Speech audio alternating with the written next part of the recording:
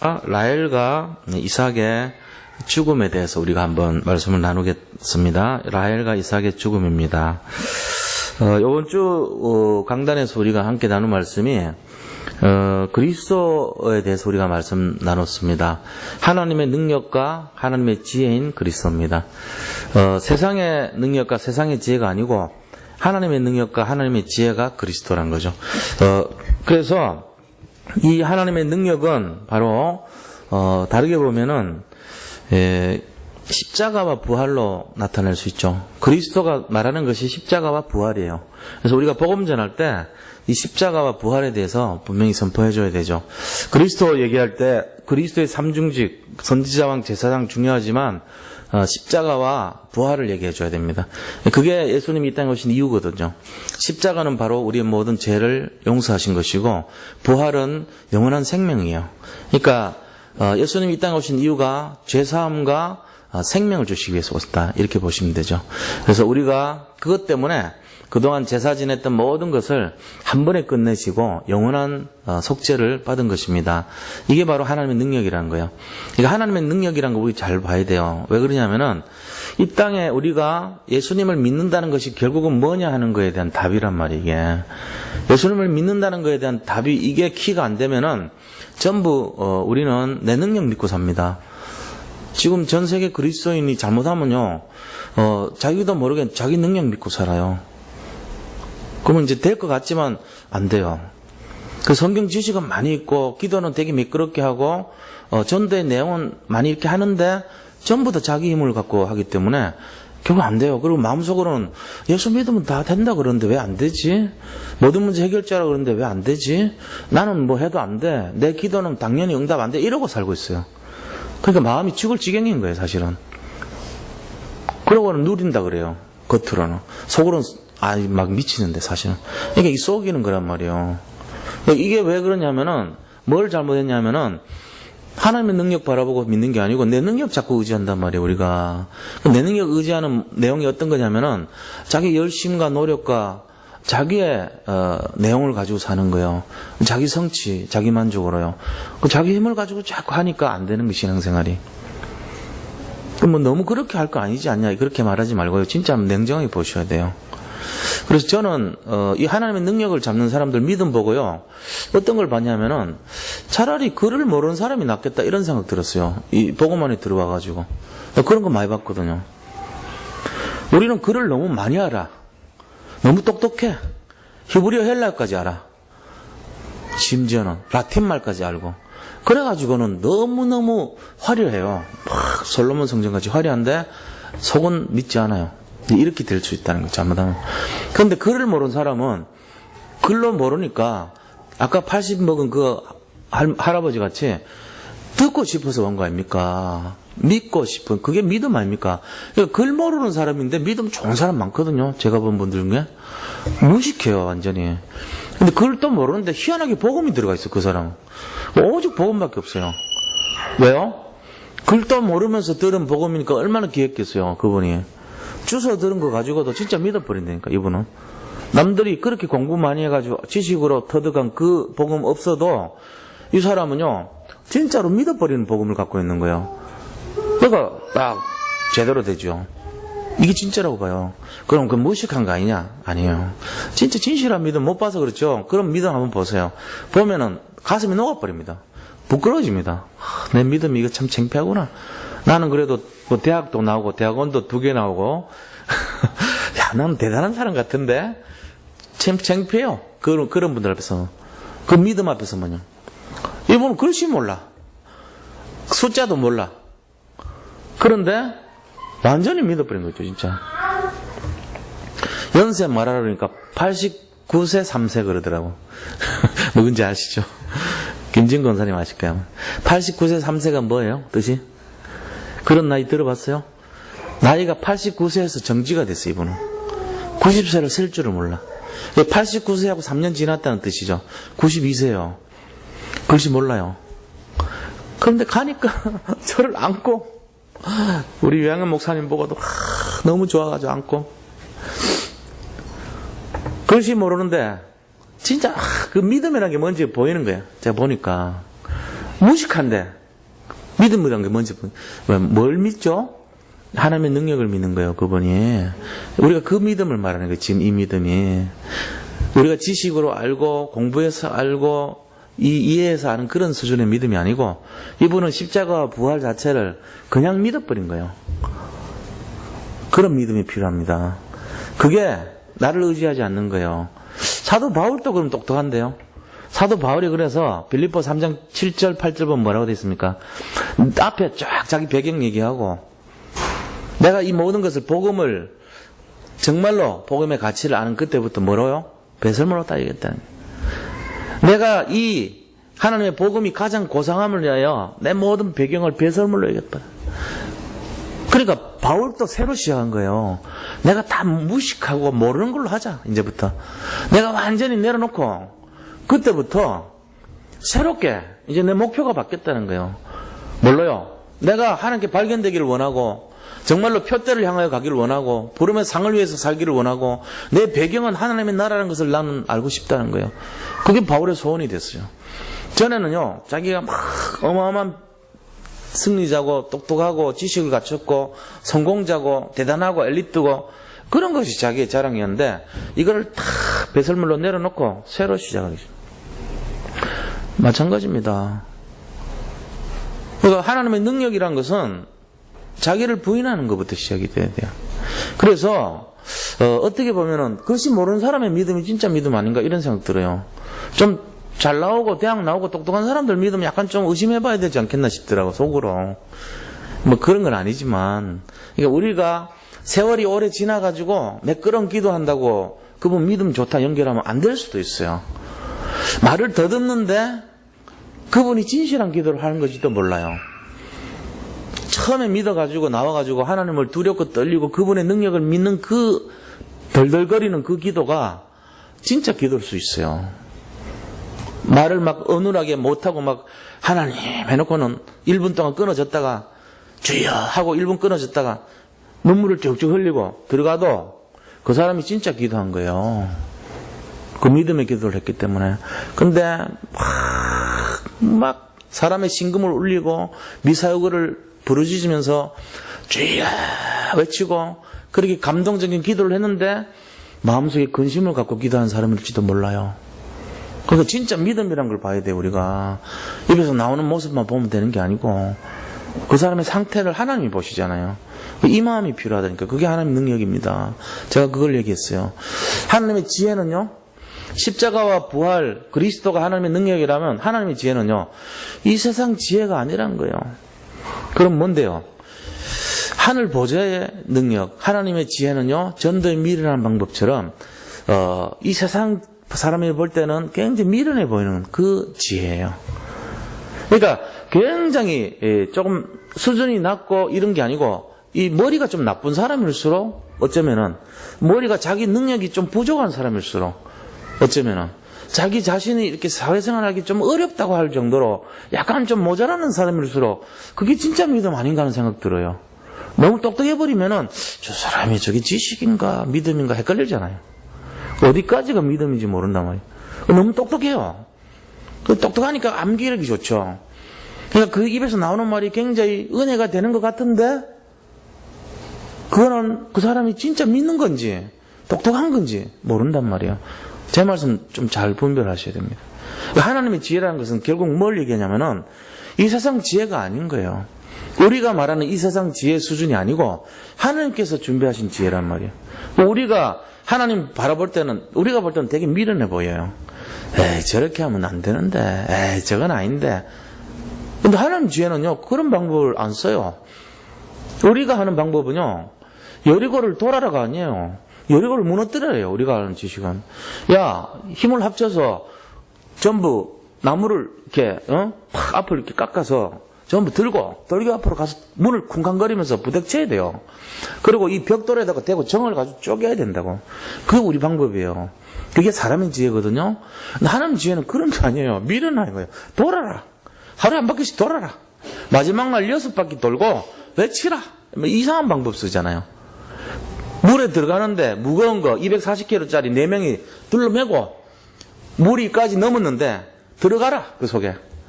되게 미련해 보이는 거 있죠. 용광로 속에 활활 타는데 거기 불을 이 믿는 사람들이요 사들락면서 하게 되는 거야. 무모하게 들어가요. 거기 죽으러. 사자굴 속에 잡히는 줄 알면서도요 계속 기도하는 거 있죠. 문 활짝 열어놓고. 하나님 미련한 방법이 그게. 그럼 뭐합니까? 미련한 게. 하나님 미련한 방법이 또 있죠. 모세 보고요 나이 80 먹은 이빨 빠지고 지팡이 짚고 이렇게 가는 모세를 보고요 니 저기 가서 네 민족도 다 구해오라는 거예요. 하나님 방법 되게 미련해요. 젊은 사람 보내야죠. 머리 싹싹 돌아가는 사람 보내야죠.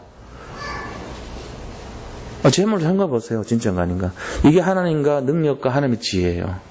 우리가 지금 신앙생활을 왜 어렵게 하냐면은 제가 불교 신자로 있다가 여기 이 예수님 만나가지고 들어와 보니까 그렇더란 말이에요. 불교 신자로 있을 때는 여러 가지 경전을 보니까 제가 그걸 암기를 하고 그 내용을 따라가는 교훈이 되게 많아요. 성경을 읽어보니까 그런 내용이 별로 없어요. 뭐 산상순, 그 다음에 율법 613개 그 정도밖에 없어요. 뭐 하라 하지 마라 이런 거. 그 613가지밖에 없어요. 산상순에 나오는 거 조금 있어요. 그 다음 뭐 10계명 이런 거 있잖아요. 그 613개 중에 들어가는 10가지거든요. 그런 정도 수준 가지고 불교는 몇천 개, 몇만 개 개울이 지키라는 게 많은데 이럴 때면은 기독교는 보니까 뭐 별거 없더라고요. 나머지는 전부 사람 사는 얘기예요. 이거 뭐 사람 얘기를 왜 적어놨냐 말이죠. 근데 나중에 보니까 그게 아니더라고. 불교나 다른 종교는 뭐를 말하냐면은 네 지혜를 가꾸고 네 능력을 키워라 이거 있더라고요. 그러니까 많이 듣고 많이 외워야 되고 많이 깨달아야 되는 거예요. 근데 하나님은요 너희들이 별로 깨달을 필요 없어. 너희들이 할 거 별로 없어. 나를 믿으면 돼. 이 얘기한 거예요. 알고 봤더니 이 성경 전체가 그거예요. 그러니까 내가 생각해보니까 갈수록 그거밖에 없어요. 외울 필요가 없어요.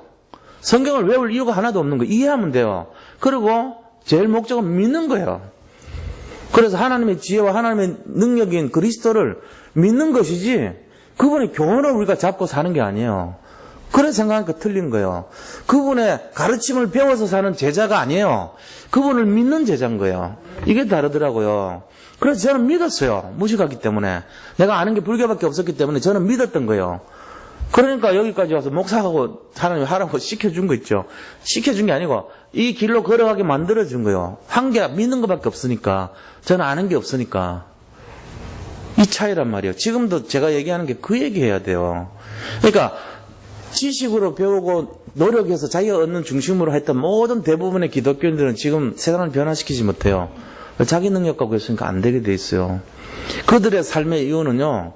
결국은 실패자예요. 세상 변화시키지 못했어요. 그러고는 안 된다 그래요. 기도해도 소용없다 그래요. 예수 믿어도 응답 없다 그래요. 방법이 틀린 걸 모르고요. 기준이 틀린 걸 모르고요. 저는 무식하기 때문에 저는 아는 게 없어요. 기독교에서 복음도 느낌이 없고 잘 몰랐어요. 그러니까 제가요 오히려요 믿어버린 거 있죠. 차라리 저는 예수님을 믿는 거지 예수님의 교훈을 믿는 게 아니었어요. 예수님의 교훈을 믿으려면 저는요 훨씬 더 많은 분량 같은 착각에 빠질 수 있어요. 왜요? 기독교보다도 불교의 심한 진리가 저한테 가득 들어있었기 때문에 내가 여기서 새로 배울 이유가 없잖아요. 비슷하니까. 근데 가장 근본적인 차이가 딱 하나 있어요.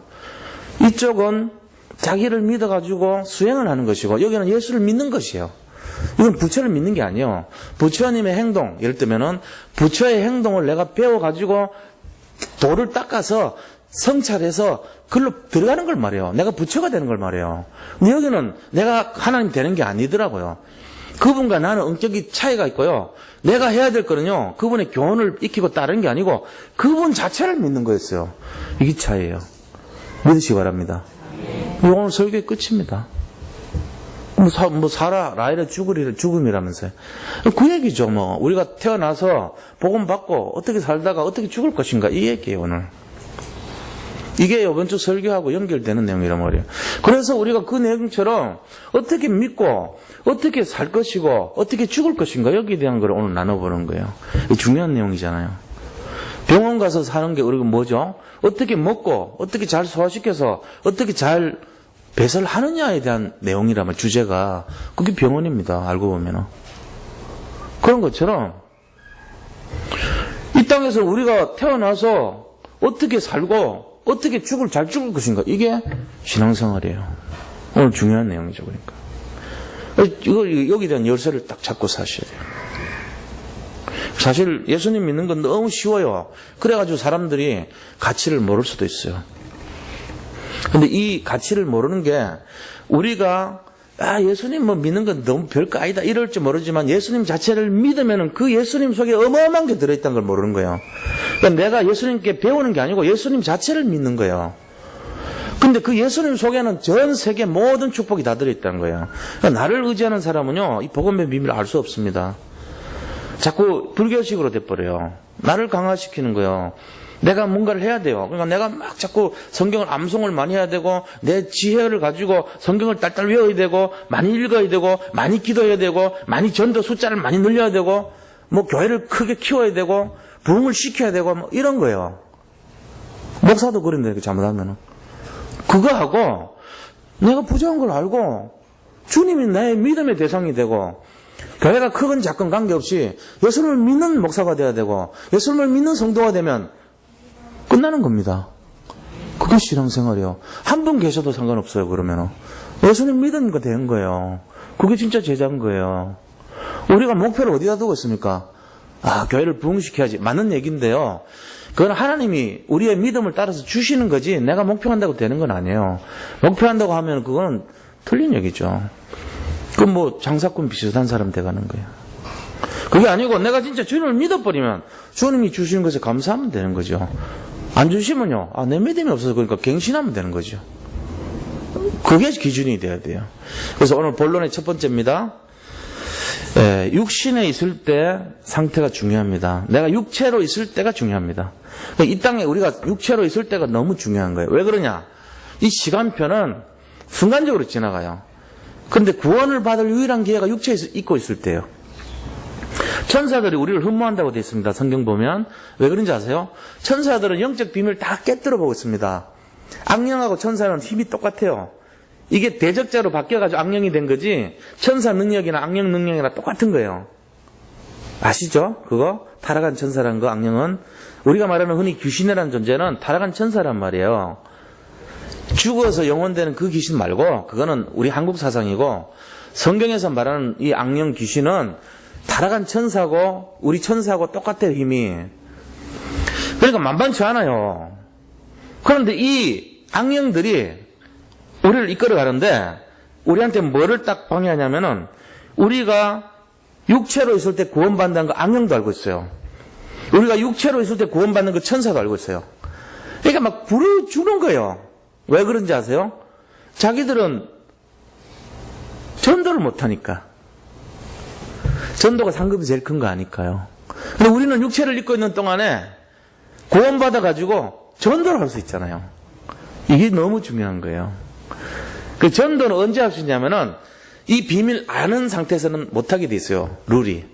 천국 가고 지옥 갈 때는 전도를 못해요. 죽은 자가, 죽은 영혼이 이 땅에 와서 전도를 못하게 돼 있어요. 하나님의 법이에요, 이게. 그럼 언제 전도할 수 있냐? 인간으로 있을 때, 육체로 있을 때 전도할 수 있는 거예요. 이게 유일한 시간표거든요. 그래서 전도의 미련한 방법으로 세상 사람들 구원하신 거예요. 이유는 뭐냐? 우리 축복 주시려는 거예요. 왜냐면요, 생각해보세요. 인간을 로봇으로 만들면 그럴 필요 없거든요. 다 믿게, 어느 정도 되면 믿게 딱 만들어버리면, 사건 문제 오면 믿게 만들어버리면 되거든요. 그래가지고 지가 스스로 믿어요. 어느 정도 딱 가다가 연애 실패하면은 교회 가도록 만들어 놓으면요, 교회 가게 돼 있어요. 마치 물이 높은 곳에서 낮은 곳으로 흐르도록 돼 있듯이. 제 이 말이 이상하죠? 물이 당연히 위에서 밑으로 흐르지. 안 그렇습니다. 저 우주에 가면요, 물은요, 둥둥 떠다니게 돼 있어요. 지구상에서만 위에서 밑으로 내려가는 거예요. 왜요? 중력이라는 걸 만들어 놨거든요. 우리는 당연하게 생각하는데 저 우주로 나가면 그렇지 않아요. 물이 그냥 가장 이렇게 흘러다녀요. 하늘 위에.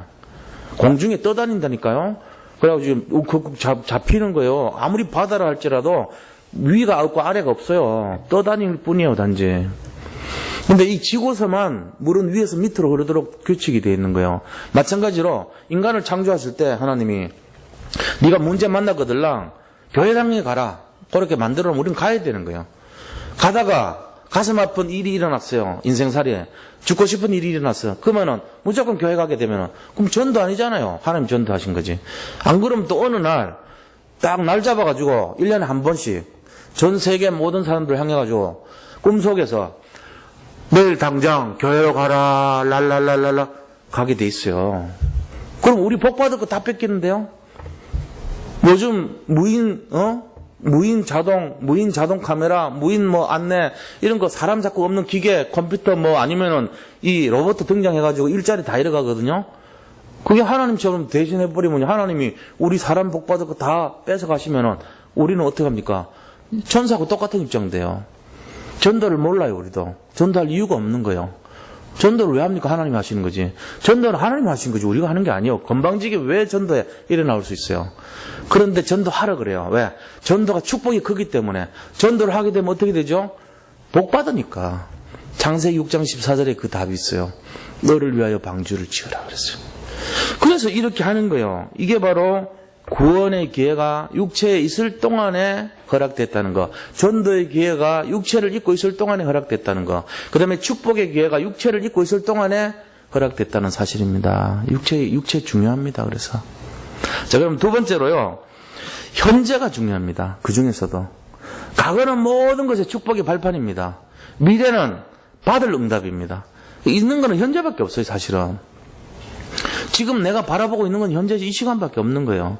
이거를 실패하면 다 실패한 거예요. 여기서 승부를 걸어야 돼요. 지금 내가 살고 있는 이 시간표가 내가 성공해야 될 시간표예요. 그래서 현재가 중요한 거예요. 이거를 잘 잡으셔야 됩니다. 그런데 다행히 현재 내가 어떤 상태입니까? 예배 자리에 있는 상태고, 다행히 내가 어떤 상태입니까? 내가 복음을 아는 상태고, 다행히 나를 의지하지 않고 하나님 바라보는 상태라면 그분은 승리자고 성공자일 것입니다. 앞으로도 마찬가지. 사도행전 1장 1절 2절이 뭐죠? 그것이 바로 과거 문제 해결이에요. 예수가 그리스도 되셨다. 이 말은 선지자, 제사장, 왕 이 말은 우리의 과거 문제 끝냈다는 얘기예요. 과거에 그토록 재앙이 임했고 저주가 임했고 모든 전 세계 사람 인류에게 재앙이 왔는데 그 재앙이 나의 과거였잖아요. 여기 계신 분들의 과거가 전부 재앙이었다니까요. 아니라는 분이 있습니까? 난 태어날 때부터 괜찮아. 우리 엄마 뱃속에서 난 믿고 태어났으니까. 아닙니다. 태어날 때 그 순간 마귀 자녀로 태어납니다. 중간에 어떤 사람이나 구원의 확신을 가지고 다시 거듭난 과정 다 거쳤습니다. 그래서 여기 오신 거예요. 그러니까 예수는 그리스도 믿는 것은 과거 문제 해결된 거예요, 바로. 그럼 현재는 뭡니까? 오직 성령이 내가 임하신 상태잖아요. 사도행전 1장 8절의 상태예요, 우리가. 그게 현재예요. 오직 너에게 성령이 임하시면 성령 임해 있는 상태가 지금 내 상태라고요. 이게 과거에는 임하지 않았다니까요, 분명히. 과거 언제요? 뭐 초등학교 때든지 중학교 때든지 고등학교 때든지 그건 알 수 없어요. 태어나서 자기가 인식할 그때 3살 이상 자기가 뭔가를 알아서 깨닫는 그때 적어도 한 4살 5살 정도 될 때 그때 이후 정말로 성령이 나에게 임하셨다면 그거는 현재가 되는 거예요. 과거는 치유됐지만 현재는 뭐죠? 성령이 임하는 상태란 말이에요. 그게 나의 현재입니다. 그럼 뭐가 돼요? 증인이 되는 거예요. 예루살렘과 온 유대와 사마리아와 땅까지 이르러 하나님의 증인이 되리라. 이게 우리 현재입니다. 그래서 모든 분들이 이 축복 속에 들어가시기를 축원드립니다. 현재가 뭐라고요? 하나님이 함께하는 상태예요. 여기서 시작해야 돼요. 내가 현재 나하고 하나님이 함께하는 상태구나. 과거는 아니었나? 과거는 아니었어요. 언제 그랬죠? 내가 과거 문제 해결되는 그날부터 지금까지 성령이 함께 하신 거예요. 내가 영접한 그날부터 지금까지 함께 하신 거예요. 그리고 우리 미래는요, 재림입니다. 미래는. 사도행전 1장 11절 갈릴리 사람들아 서서 어찌하여 서서 하늘을 쳐다보느냐. 너희가 본 그대로 내가 다시 올 것이다. 이게 우리 미래입니다. 아니면 심판대 앞에 설 때겠죠. 히브리서 9장 27절 한번 죽는 것은 정한이 있죠. 죽음 뒤에는 심판이 이르리니. 이 두 가지가 개인 종말 또 시대 종말 지구 종말 이런 내용 속에서 진행되는 내용이에요. 우리 죽음은 개인 종말이지만 지금 하나님이 다시 오신다는 1장 11절 말씀은 완전히 이 전체 종말입니다. 그렇잖아요. 재림은 지구 종말을 말한 거 아닙니까? 그래서 우리가 이 자체를 가지고 우리의 미래, 이 과거, 현재, 미래를 잘 보세요. 우리의 과거는 다 끝났습니다. 예수는 그리스도, 모든 문제 끝났어요. 우리의 현재는요, 증인입니다. 천명을 잡은 자입니다. 임마누엘이기 때문에. 임마누엘 자체가 뭐예요? 하나님의 천명을 잡고 있는 거예요. 내가 사는 이유, 현재 이 일을 하기 위해서 사는 거예요. 그게 뭐죠? 언약 성취, 천명, 정말 이 시대 언약, 영원한 언약, 세계복음화. 그것 때문에 사는 거잖아요. 그 우리 미래는요, 심판되는 그날 개인 종말, 그 다음에 지구 전체 종말. 주님 재림하시는 그날이에요. 말하자면. 지구가 깨지는 않지만 인류에 대한 전체적인 예언이 성취되는 날이란 말이에요. 그게 종말의 날이죠, 사실은. 그래서 우리의 과거, 현재, 미래가 있는데 현재가 너무 중요하다. 증인입니다. 전도자입니다. 그게 바로. 자, 세 번째입니다. 큰 세 번째. 그렇다면은 우리가 이렇게 육체에 있을 동안이 중요하고 현재가 중요한데 어떻게 죽을 것인가 그러면? 이걸 어떻게 해서 죽을 것인가? 우리의 죽음이 어떻게 맞이해야 될 것인가? 죽음이 여러 종류 있습니다. 성경에 나오는 사람들의 죽음을 연구해 볼 필요가 있죠. 확인해 볼 필요가 있어요. 사라가 어떻게 죽었죠? 사라의 죽음을 한번 보세요. 사라가 아브라함이요, 인본주의 쓰고 이럴 때는 안 죽었어요. 근데 아브라함이 완전히 영적인 고백하고 믿음의 조상이 되고 완전히 언약이 새겨질 그때, 그리고 자기 아들 이삭 속에 진짜 복음이 언약이 전달될 그 시간에 딱 죽은 거예요. 이걸 가지고 뭐라 그러죠? 생증명이라 그럽니다. 내가 살아야 될 이유가 있을 때는 살아주는 거예요, 하나님이. 내가 존재할 이유, 언약을 위해서 존재할 이유가 없을 때 내가 여기 있을 이유가 없어요. 뭐 쓸데없이 여기 축낼 일 있습니까? 곡식 축낼 일 없거든요. 하나님 부르러 가시는 거예요. 살아있는 것은 곧 사명을 가졌다 이 말이에요. 생즉 사명이라, 생즉 천명이라, 생즉 소명이다 이래 볼 수 있죠. 그게 생즉명이라는 뜻입니다. 살아있다는 것은 천명을 이루기 위한 거래요. 살아있다는 것은 사명을 이루기 위한 거예요. 살아있다는 것은 소명을 이루기 위한 것입니다. 그것 때문에 사는 거잖아요. 그 다음에 우리가 알고 있지만 스데반은 어떻게 죽었습니까? 하나님이 기뻐하시는 뜻을 찾다가 죽었어요. 최초의 순교자지만 진짜 하나님 기뻐하시는 뜻 속에서 죽었잖아요. 그건 잘 죽었어요. 어떻게 보면은. 그렇게 죽은 사람 드문데 주기철 목사님도 하나님이 원하시는 뜻 속에서 죽었죠. 순교했죠. 일사가고 뭐 때문에 복음을 위해서. 우리가 그런 죽음을 맞이할 준비가 돼 있어야 될 거 아닙니까? 그런데 오늘 라헬과 이삭 두 명이 죽음에 대해서 나오잖아요. 그죠? 라헬의 죽음은 어떤 의미를 갖고 있죠? 라헬의 죽음은 여러 가지 의미가 있습니다. 이게 하나님 시간표라는 거예요. 하나님 데려가셨어요. 근데 좋은 의미로 데려간 게 아니고 하나님께서 기뻐하지 않은 일 때문에 데려가신 거예요. 빨리 데려갔어요. 애를 낳다가 사산을 한 거 있죠. 근데 베논이라는 뜻은 뭐냐면은 슬픔의 자식이라는 뜻이거든요. 베논이 뜻이. 근데 이 야곱이 이 라헬을 무지무지하게 사랑했잖아요. 그러니까 베논이라 하지 말고 베냐민으로 꽂혀버렸어요. 오른팔의 자녀 이 말이에요. 라헬은 나의 오른팔이었다는 거예요. 내 사랑하는 오른팔의 아이들은 그 뜻이에요. 슬픔의 아이 아니다. 내 진짜 사랑하는 최고 사랑하는 부인의 아들이었다 이 뜻이에요. 베냐민 뜻이에요. 그게 오른팔의 아들 아닙니까? 너희는 왼팔 오른팔 떼라 이렇게 말할 때 그 오른팔. 부인도 4명 있으니까 자기가 사랑하는 사람이 있을 거 아닙니까? 최고 사랑했다 이 말이죠. 그 아이다는 거예요. 그래서 데려갔어요. 왜요? 야곱은 언약의 굉장한 축복의 증인이 돼야 되는데 온통 마음이 어디가 있냐면은 라헬한테 완전히 집중돼 있어요. 20년 동안도 라헬 때문에요. 자기 라반한테 막 충성합니다. 이 라헬을 얻기 위해서. 그건 뭐 부인 사랑하면 좋지 않냐? 좋은데 너무 거기에 집착을 했단 말이에요.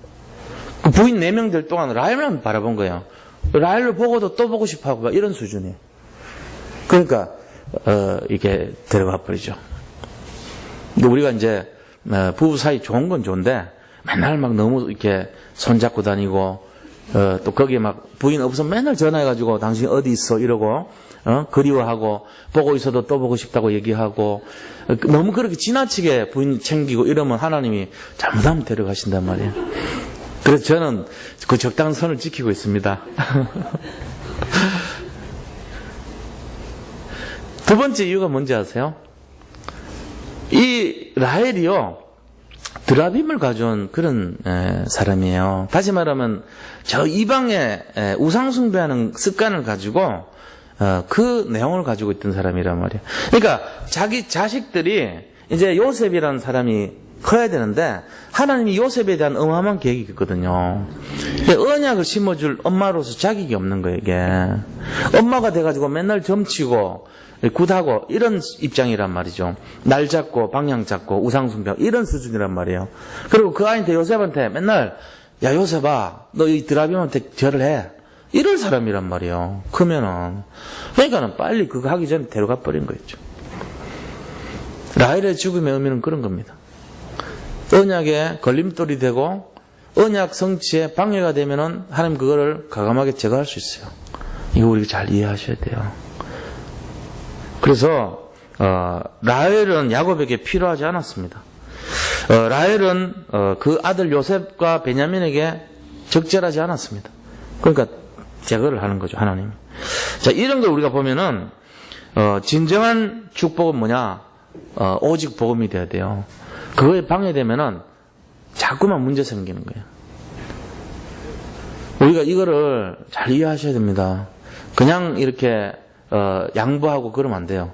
여기에 대해서는 나름대로 철저한 기준이 있어야 돼요. 영적인 사실에 대해서 우리가 대강 넘어가면요 반드시 문제 옵니다. 라헬을 살려야지 부인인데 라고 할지 모르지만 이 부분에 대해서 놔뒀기 때문에 문제가 많아지는 거예요. 그래서 우리가 우리 가정, 우리의 직장, 우리의 현장, 우리 자신 속에 라헬과 같은 요소가 있는가를 살펴봐야 돼요. 그 라헬은 상징하는 것이 뭡니까? 물질이 우상이 돼 있고, 왜냐하면 이 드라빔은요 물질 우상이거든요. 그 다음에 그 수호신이에요, 일종의. 그 수호신인데 그걸 갖고 있는 사람한테 모든 물질의 축복이 온다, 이거예요. 그 드라빔의 상징이. 그러니까 라헬의 마음속에는 돈 많이 벌고 싶은 마음으로 가득한 거예요. 그 다음에 복 받고 싶은 마음으로, 복 받고 싶은 마음으로 가득한 거예요. 이게 라헬의 사상이었단 말이에요. 그러니까 하나님은 그걸 기뻐하지 않은 거예요. 귀신의 힘을 빌려가지고 복받게 하는 사상을 요셉에게 전달하려는 그 라헬을 데려가 버린 거 있죠. 그 라헬을 너무나 사랑한 야곱과 관계를 끊어버린 거 있죠. 왜 그렇죠? 야곱과 요셉은 언약의 중심에 섰기 때문에 그래요. 우리 잘 봐야 돼요. 그래서 우리 가정이 진짜로 언약의 가정이 되려면 그런 요소를 없애버립니다. 우리 직장이 진짜 언약의 중심이 되려면 그런 나쁜 요소 때문에 갈등하게 돼 있습니다. 우리 자신이 만약에 그런 문제 때문에 걸려 있다면 문제 생기게 돼 있습니다. 잘 보셔야 돼요. 그래서 진정한 축복이 뭔가를 알아야 됩니다. 또 이삭의 죽음은 그럼 뭡니까? 이삭의 죽음은 의미가 있습니다. 그의 죽음은 언약을 성취한 죽음이에요. 왜 그렇죠? 이삭이 갔던 곳이 어디죠? 마물의 상수리 숲의 나무 밑에. 정말로 아브라함이 돈을 주고 샀던 헤브론의 그 무덤 앞에서. 다시 말하면 이삭은 항상 언약을 중심으로 살았다는 것을 말하죠. 그가 돌아갔던 장소도 언약을 중심으로 한 장소였어요. 거기 가서 죽은 거예요. 믿음의 본향으로 돌아갔던 거예요. 그러니까 다른 사람의 죽음과 달리 이삭의 죽음은 언약의 죽음이었던 거예요. 그걸 상징하고 있죠. 하나님이 너무나 기뻐한 죽음이에요. 자, 이 죽음을 잘 맞이해야 됩니다. 이걸 잘 생각해 봐야 돼요. 그래서 불신자의 죽음과 신자의 죽음이 이렇게 다릅니다. 불신자의 죽음은 어떤 거죠? 너무너무 슬퍼하고 통곡하고 막 죽을 때 애절합니다. 왜 그렇죠? 원통해서 그래요. 저 사람 죽으면 지옥 갈 건데 자기들도 모르게 알아요. 그러니까 막 울어줘야 되는 거야. 가면 안타깝다. 네가 뭐 얼마나 고생할 건데 평생 너는 지옥 불에 갈 건데 그러고 울어줘야 되죠. 슬퍼서. 그거를 이제 이 세상이 너무 좋아. 지옥 가면 이 세상 그리워할 정도로. 그래서 이 죽음을 뭐라냐? 별세라 그래, 별세. 세상하고 이별한다고, 별세. 근데 우리는 별로 그렇게 슬퍼하지 않아요. 왜죠? 뭐 천국 가니까. 우리 죽으면 천국으로 불려간다고 불을 소자 하늘 천자 해가지고 소천이라고 그래요. 소천. 별새하고 소천은 차이 납니다. 별새는 많이 울어야 돼요. 왜요? 가면 이제 진짜 세상말로 뒤지는 데 가는 거거든. 완전히 고생 지사리 하는 데 가거든요. 그냥 막 여기서도 했지만 그거하고 비교가 안 되는 데 가거든요. 어마어마하게 막 진짜로 이거는 처절한 데 가는 거거든요. 그러니까 막 너무너무 슬프게 울고 막 3일 동안 곡을 하고 막 계속 곡하고 그것도 모자라가지고 또 막 3호제 지내고 또 뭐 49제 지내주고 끝까지 해야 돼요. 너무너무 슬플 거 아니까 이 사람들 알기는 제대로 한다고. 우리 죽으면 별로 그런 거 없어요. 이렇게 찬송하고 예배드리고 축복하고 우리는 사실 죽은 사람들 할 게 하나도 없어요. 죽은 사람은 어떻게 할 건데요? 천국으로 보낼 겁니까? 제가 옛날에 좀 헷갈렸다니까. 집사 때요. 장례식 앞에서 가서 하는데 꽃을 내잖아요. 뭐 이렇게 하잖아요. 뭘 하지? 내가 고민 많이 했어요. 저 사람이 기도하나? 죽었는데? 구원받았는데 왜 기도하지? 굉장히 헷갈리더라고. 내가 그래서 맨날 얘기하는 거예요. 기도하지 마시기 바랍니다. 죽은 사람 놓고 명복 빌면 안 돼요. 그럼 지옥 가라는 얘기예요. 그게 명복은 지옥이거든요. 명자가 지옥 명자입니다. 그게 지옥의 복을 받으라고 하지 마세요. 저 사람은 천국 가 있는데 뭘 명복을 빌어요. 명복 빌지 말고 하나님 이분 천국 가신 거 감사합니다 하시면 돼요. 그리고 남은 가족들 건강 지켜주시고 저 사람들 안 믿는 사람 믿게 해주시고 이거 기도하면 돼요. 그리고 이 장례식의 역사는 흑암새로 결박해 주세요. 꺾어주세요. 이거 기도하는 거예요. 딱 꽃 놓고 주여 이 사람 천국 간 거 감사합니다. 남은 유족들 위로해 주시고 건강 지켜주시고 정말로 구원받게 해주세요. 이러하는 거예요. 그게 바른 기도입니다. 그것도 헷갈려가지고 이 죽은 고인의 명복을 추구합니다. 어리석은 짓 하지 마시기 바랍니다. 그 복음 모르는 사람들 하는 거예요. 죽음은 우리의 죽음은 기쁨인 거예요. 사실은 거기서 뭐 감사합니다 할 것까지는 없지만 정말 잔치 벌여야 되는 죽음이에요. 그러나 저 불신자들의 죽음은요 2번 죽는 거거든요. 둘째 사망으로 가는 거기 때문에 곡을 해줘야 돼요. 진짜 돈을 사서라도 곡하는 사람 불러갖고 매일 곡을 끊이지 않게 곡 해줘야 된다고. 옛날에 돈 사갖고 했더니 그 진짜 그 주인 나타나면 에고 더 크게 하고 주인 없으면은 에고 하면서 아유 힘들어 이러고 그랬다 그러잖아요. 곡하는 사람 샀어요 옛날에는 진짜로. 우리가 결론을 마치겠습니다. 결론 말씀드리고 구원받은 자의 누림은 뭐냐? 구원받은 자의 축복은 뭐냐? 베델의 축복을 누려야 됩니다. 베델의 축복. 이 베델의 축복이 뭐냐면은 바로 예배와 말씀과 기도입니다. 우리가 일평생 육체를 입고 있는 동안 이 축복 누려야 돼요.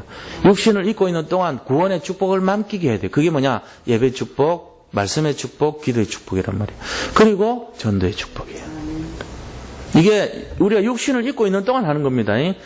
육신을 입고 있는 동안 돈 벌려고 하는데 사실 돈은요 복음을 전하기 위해서 버는 건 좋아요.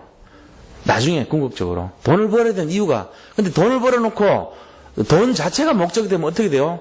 제일 불쌍해집니다. 왜냐면 맨날 짜장면 사 먹고 맨날 3,000원짜리 밥 얻어먹고 김밥 사 먹고 이러다가 마지막에 죽으면은 부인이 다 좋은 거 한다니까. 자기는 쓰지도 못해요. 부인은 그 돈 갖고 재혼해 좋은 대로. 그렇다 그러잖아요 실제로. 그거 바보예요, 그거. 의사들도 시큰 돈 벌어놓고 못 쓰고 가잖아요. 맨날 이렇게 코하고 입살이 왔다 갔다 그러고 그 다음 뭐 이상한 거 들여다보고 고름 뜯어내고 맨날 그렇게 하고 돈 벌어갖고 쓰지도 못해. 그러면 뭐 하는 거예요? 부인이 맨날 좋은 데 점심 먹으러 다니고 이러잖아요. 물론 이제 그래서 남편이지만 우리가 육체를 입고 있던 동안 진짜 해야 될 게 뭐죠? 예배 축복 누려야 돼요. 그거 회복해야 되는 거예요. 베델의 축복 누리시기 바랍니다. 자, 두 번째는 전도 축복 누려야 돼요. 육체를 입고 있는 동안 최고 축복이에요, 이게. 그게 이제 평생 캠프라 그러는데, 평생 캠프 하려면 자기 인생 캠프 먼저 해야 돼요. 그래서 우리를 바라보고, 우리가 예수님의 교훈을 잡고, 자꾸 뭐를 해보려고 그러면 실패합니다. 분명히 그렇습니다. 산상수훈 자꾸 하면 실패하냐? 그건 아니지 않냐? 실패합니다. 왜냐하면 내가 할 수 없기 때문에 그래요. 산상수훈을 그럼 어떻게 해야 된대요? 산상수훈을 주님께 믿고 하셔야 돼요. 내가 하면 안 돼요. 주님의 말씀을 주님을 바라보면서 믿고 그 말씀이 성취되도록 하는 거예요. 그러려면 나를 그릇을 자꾸 이렇게 자기 인생을 캠프해야 돼요. 내 거 지식, 지혜, 힘, 능력, 나 거 다 버려요. 오늘부터 버리시기 바랍니다. 저는 이거 버리고 나서 진짜 은혜 받았어요. 뭐 버릴 것도 없었어요, 솔직한 얘기로. 별 거 없기 때문에. 근데 버리니까 편하더라고. 뭐가 편하냐? 격식을 안 차려요. 목회자가 이 정도 되면은 뭐 이렇게 그런 거 많이 차리거든요, 사실은. 목에 이렇게 힘도 좀 주고, 그렇게 하시기 바랍니다. 이렇게 점잔도 좀 떨고 해야 되거든요. 근데 저는 별로 그러고 싶지 않아요. 안 그래도 제가 그런 거 많이 들어가 있어요, 이미 제 속에. 우리 고향이 뭐 양반 따지고 그래가지고요. 제가 그런 거 많이 체질이 돼 있어요, 이미. 거기다가 그까지 더 하면 어떻게 되겠어요? 이상하게 됩니다. 자연스럽게 하는 게 낫잖아요. 내게 있는 것을 말하는 게. 저는 그렇게 하니까 편하더라고요. 그래서 자기 자체를 내려놔버리는 거예요, 그냥. 그리고 우리가 바라야 할 것은 주님을 자꾸 바라보는 거죠. 그렇게 해야 돼요. 지식이 많은 사람은요, 홍해가 갈라진 건 사건은 많이 알지 모르지만 자기 문제 앞에서, 홍해 앞에서 기도할 줄을 모릅니다. 그냥 숲곳을 지나서, 길가를 지나서, 숲곳을 지나서, 비하이로 맞은편, 바알세불인가, 거기에 천막을 쳤더라. 자세히 알아요. 지명도 알고. 그리고 문제 왔을 때 홍해가 갈라졌더라까지 아는데, 정작 자기 문제 걸리면요, 홍해 앞에서 기도 안 합니다. 자꾸 인본주 있어요, 그때 또. 어떻게 건너지? 뭐 비행기를 타야 되나? 뗏목을 만들어야 되나? 이런 거 찾습니다. 근데, 그런 거 하나도 모르는 무식한 사람일수록, 다 내려놓을수록, 아니면은 아는 것이라고는 진짜 조그마한 것밖에 없을수록 주님만 바라봅니다. 그 사람은 그런 일이 자꾸 생기면은 진짜 기도합니다. 이게 믿음이라고 봅니다, 저는. 저는 그렇게 살고 싶어요. 제가 잘 안 되지만. 그래서 세상 것이 많이 들어가 있을수록 손해예요. 세상 능력과 세상 지식이 많은 사람 많거든요, 세상에. 근데 그럴수록 어떻게 되냐면은 자꾸만 믿음에 방해됩니다. 그걸 다 내려놓으시기 바랍니다. 그걸 자기 인생 캠프라 그러는 거예요. 그런 사람이 주님 바라볼 때 평생 캠프 할 수 있는 거예요. 자, 세 번째는 어떻게 돼요? 우리가 살고 있을 동안에 뭘 해보게 되냐? 죽음을 잘 죽을 수 있도록, 죽음을 맞이하는 인생이 돼야 돼요. 잘 죽을 수 있도록 죽음을 맞이하는 인생이 뭐죠? 전도 열매 많이 거둘 수 있도록 해야 돼요. 살아있을 동안에 복음을 위해서 내가 돈을 벌고, 복음을 위해서 하나님 나라를 위해서 시간을 드리고, 하나님 나라를 위해서 쓰임받고, 내 달란트가 사용되고, 이렇게 위해서 계속 드리는 삶이 돼야 돼요. 섬기는 종이 돼야 됩니다. 파송된 일꾼이 돼야 됩니다. 십자가를 지는 삶이 돼야 됩니다. 말씀을 따르는 자가 돼야 돼요. 좁은 길을 가는 사람이 됩니다. 이게 죽음을 잘 맞이하는 삶이에요. 남은 인생을요, 시간이 있거들랑 전부 다 여기 집중하셔야 돼요. 예수님을 진짜로 믿고 섬기는 종이 되고, 그 다음에 말씀을 따른 자가 되고, 십자가 지는 삶이 되고, 파송된 일꾼이 되고, 말씀을 성취하는 좁은 길로 가야 되고, 그런 마음으로 사시면 됩니다. 제가 늘 얘기하잖아요. 진짜 한번 그렇게 해보세요. 오늘 이 밤에 승리하시기를 축원드립니다. 자, 우리 받은 말씀 잡고 같이 한번 기도하겠습니다. 우리 라헬의 죽음, 이삭의 죽음을 보면서 진짜 필요한 삶의 죽음이 되어야 될 줄로 믿습니다. 같이 기도합니다.